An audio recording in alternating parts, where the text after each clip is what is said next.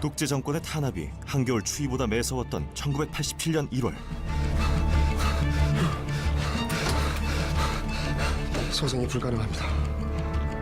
한 무고한 대학생이 경찰의 지독한 고문 끝에 숨을 거두는데요. 조사관이 책상을 탁 치니 하고 심장마비? 어처구니 없는 진실 은폐 공작. 어떤 아버지가 서울대 다니는 아들 시신도 확인도 안 하고 화장을 하라고 그러나? 이는 보통 사람들의 양심과 상식에 대한 도발이었으니 왜 진실 못해? 역사를 뒤바꿀 거대한 불꽃이 타오르기 시작합니다. 대한민국 현대사의 분수령인 6월 민주항쟁을 스크린에 옮긴 이 영화. 탁치니까 억이라는 대사를 내가 치게 될 줄이야 상상도 못했습니다. 왜냐하면 저는 그 탁치니까 억이라는 말이 일간지 신문의 헤드라인으로 도배된 것을 본 세대거든요. 대공수사처장과 서울지검 검사로 제외한 김윤석과 하정우. 둘의 대결이 극의 팽팽한 긴장감을 불어넣는데요. 한 축에는 박 처장이라는 인물이 있고 그 인물을 두고 그 반대 진영에서 바톤 터치를 하면서 그걸 이끌어간다는 이 시나리오 형식 자체가 새로웠던 거죠. 여기에 충무로 대표 명품 배우들이 릴레이하듯 등장해 각자의 위치에서 치열했던 그 시간을 생생히 재현. 역사책 한 페이지를 찍고 나온 가슴 벅찬 드라마가 완성됐다는 소문인데요. 그 뜨거운 함성이 울려 퍼지던 시간 속으로 함께 가보실까요?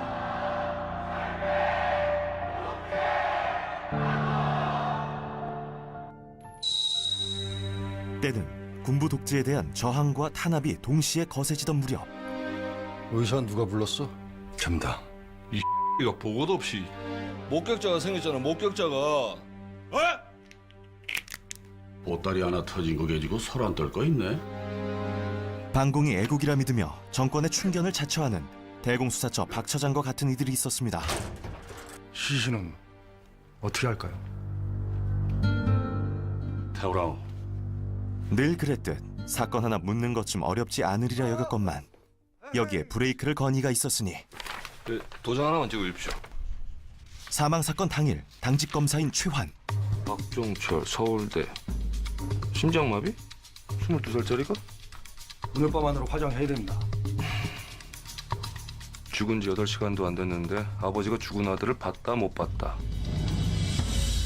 어떤 아버지가 서울대 다니는 아들 시신도 확인도 안 하고 화장을 하라고 그러나? 대공 업무입니다. 찍으십시오. 이거 어떻게 찍으라 말을. 가져가 이씨. 고문치사 사건임을 직감한 그 상부의 압력에도 화장 동의서에 도장 찍길 거부하고. 신 기자. 예. 경찰들 큰일이다. 서울대생이라면서. 예? 아유. 그러게 말입니다. 참. 아까운 목숨을 또 이런 식으로. 응? 하여튼 남영동 애들 너무 막 나가서 큰일이다, 큰일. 후배 검사를 통해 사건을 언론에 흘립니다. 여보세요, 부장. 저희 남영동에서 조사받던 서울대생이 사망했답니다. 그렇게 하마터면 묻힐 뻔한 사건이 세간에 알려지고 나서야 부랴부랴 해명 자리를 마련한 경찰. 가혹행위는 결단코 없었습니다. 아니 그럼 어쩌다 죽었단 말입니까?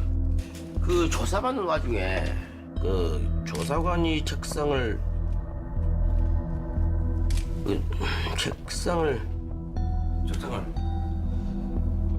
그 학생이 겁이 잔뜩 질려가지고 조사관이 책상을 탁 치니 하고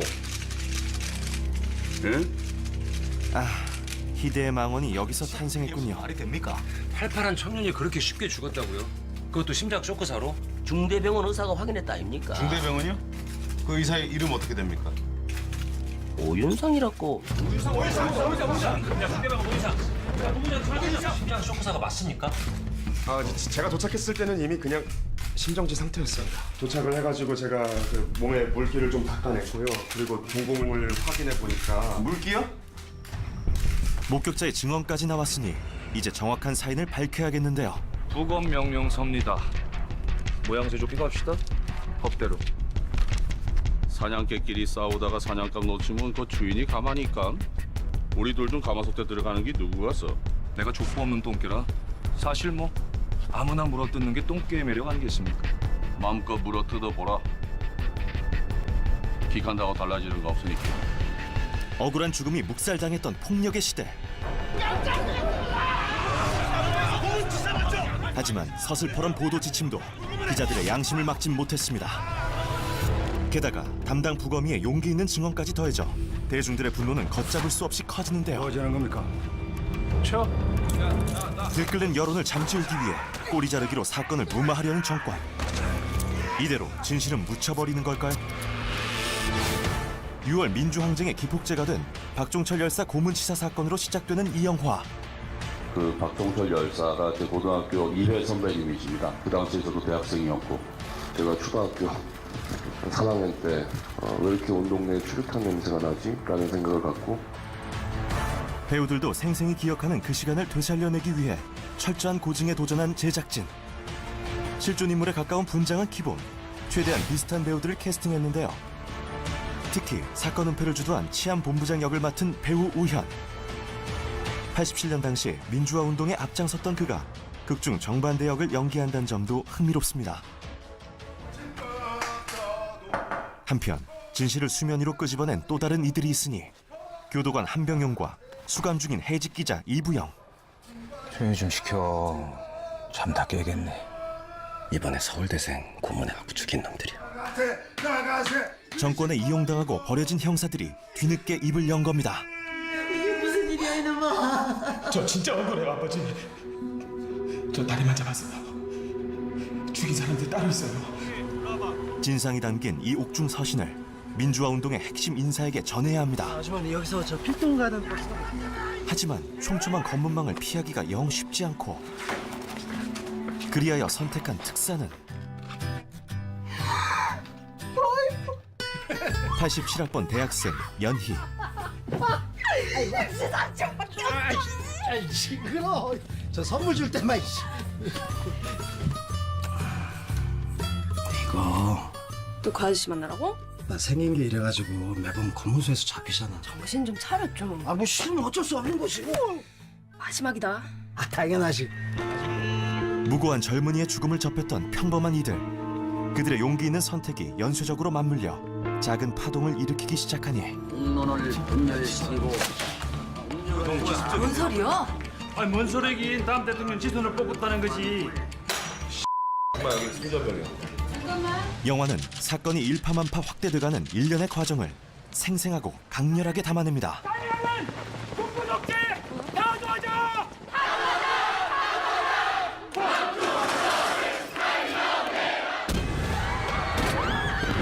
정의가 바로 서길 열망하는 시민들을 거세게 탄압하는 동시에 정권 연장을 위해 또 다른 공작을 계획하는 권력 수뇌부. 대공처장입니다. 김정남 보따리 기다리십니다.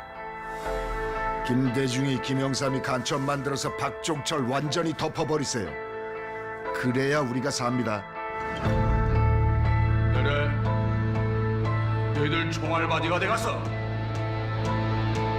아무 걱정 말고서니 청와대에 못 간다고 설치는 말개이들 사고를 경멸하라. 내래 빨개이 잡는 거 방해하는 갓나들은 무조건 빨개이로 간주하가서. 무소불위 독재 아래 숨죽여야 했던 시대. 이거 중요한 거야. 꼭 알려야 돼. 안 해. 야 그럼 사람이 억울하게 죽었는데 그냥 가만히 있어? 그런다고 세상이 바뀌어요? 가족들 생각은 안 해요? 부당한 사회에 맞서 역사를 바꾼 평범한 사람들의 이야기. 그날의 주인공들에게 바치는 뜨거운 헌사. 1987입니다.